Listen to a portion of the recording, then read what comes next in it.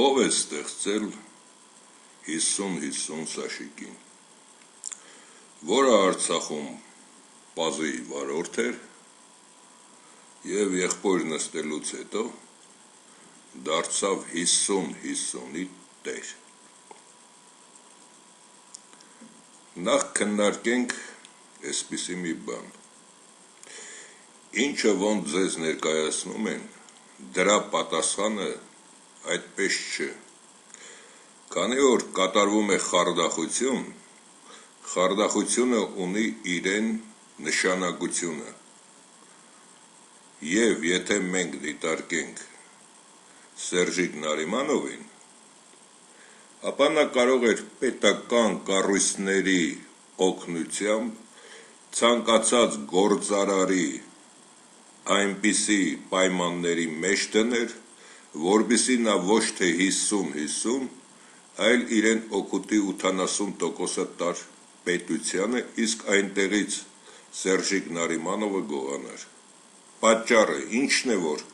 նշանակվել է 50-50 Սաշիկը։ Ինչպես մենք գիտենք, Հայաստանում կան կնքահայրեր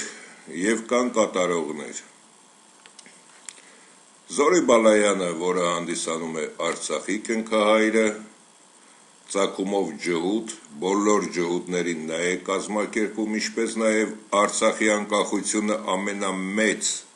հանցագործը նա է հանդիսանում, որը իրավունք չուներ անելու Արցախում հանրաքվե, քանի որ մենք Ադրբեջանում ունեինք 300,000 հայեր, որոնք կոտորվեցին և տկլոր դուրս եկան այդ երկրից։ Երկրորդը Վազգեն Մանուկյանը իր աներոջ հետ և Լևոն Տեր-Պետրոսյանը։ Այժմ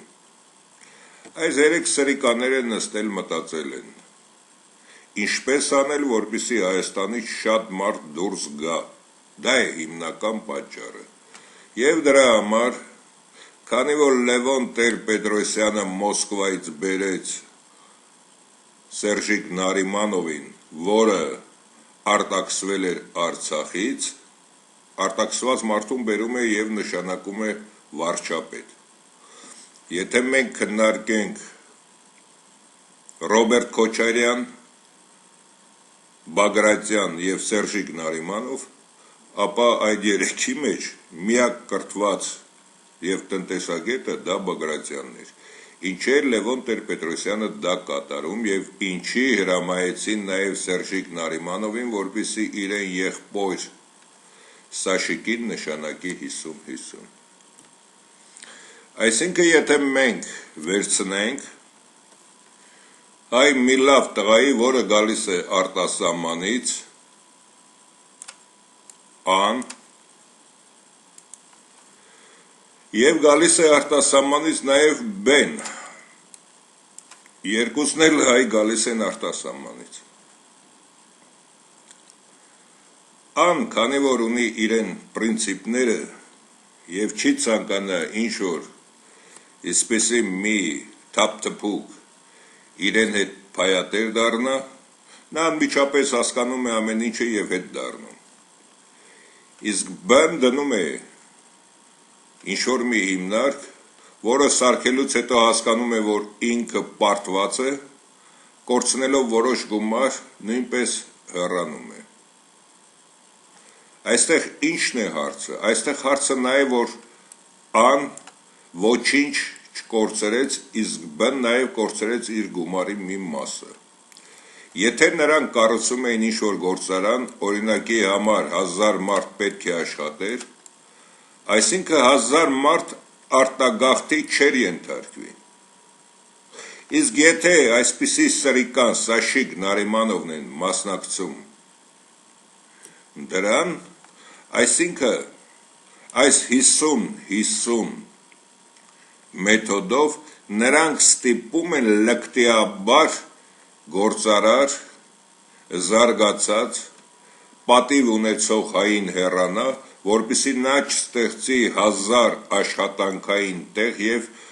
եթե ընտանիքի անդամներին բազմապատկենք 4-ով, մոտարապես 4000 մարդ ունենա եկամտի աղբյուր։ Եվ որքան հնարավոր է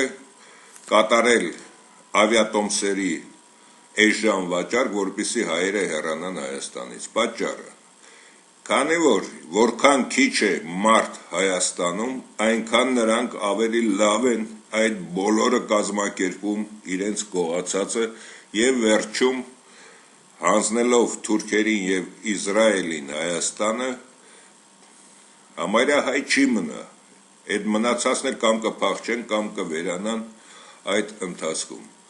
Դրա համար նրանք հորինեցին, այս կնքահայրերը հորինեցին նաև Սաշիկ 50-50-ը, որպեսզի մարդիկ չհասկանան, այլ մեղքը գցեն Սերժիկ Նարիմանովի վրա, որ իր եղբայրը 50-50 այդպիսի բան է ստեղծել եւ գողանում են նույնպես հայերից մեծ քանակի գումար։ Իսկ եթե մենք մտածում ենք Սաշիկ Նարիմանովի եղբայրը Սերժիկ Նարիմանովին, ապա նա ունի 22,000 զորք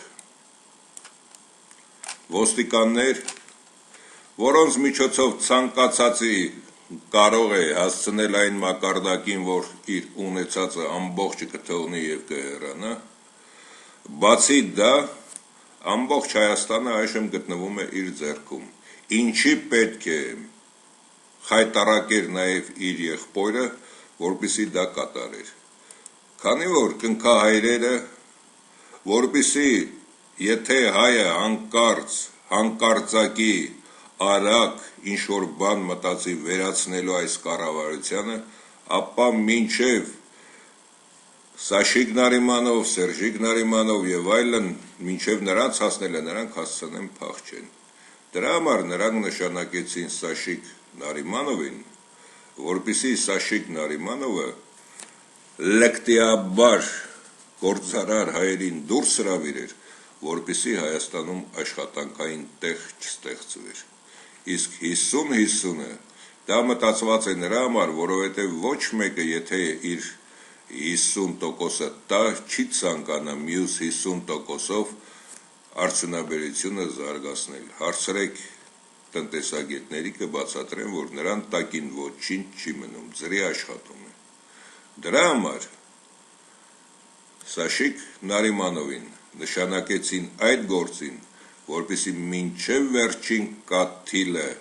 հայերը արտաքսվեն Հայաստանից։ Սաշիկ Նարիմանովը կատարում է արտաքսման գործողություն, ոչ թե կատարում է փողի գործողություն։ Եթե մենք հաշվենք փողերը, ապա իր եղբայրը,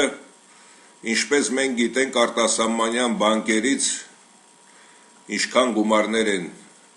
Հայաստանը պարկով վերցրել, կարող էր դրա վրայից վերցնել եւ վերցնում է ցանկացած գումար, պլյուս դրան հանքերը։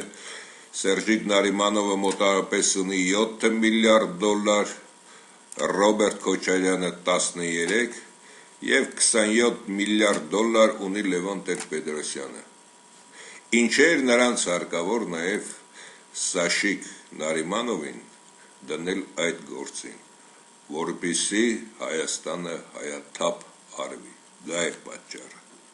Իսկ ինչ իրենք են ներկայացնում, դրանք հալալ զուլալ ջրի պես մեկ ընդունի։ Դուք հայ եք,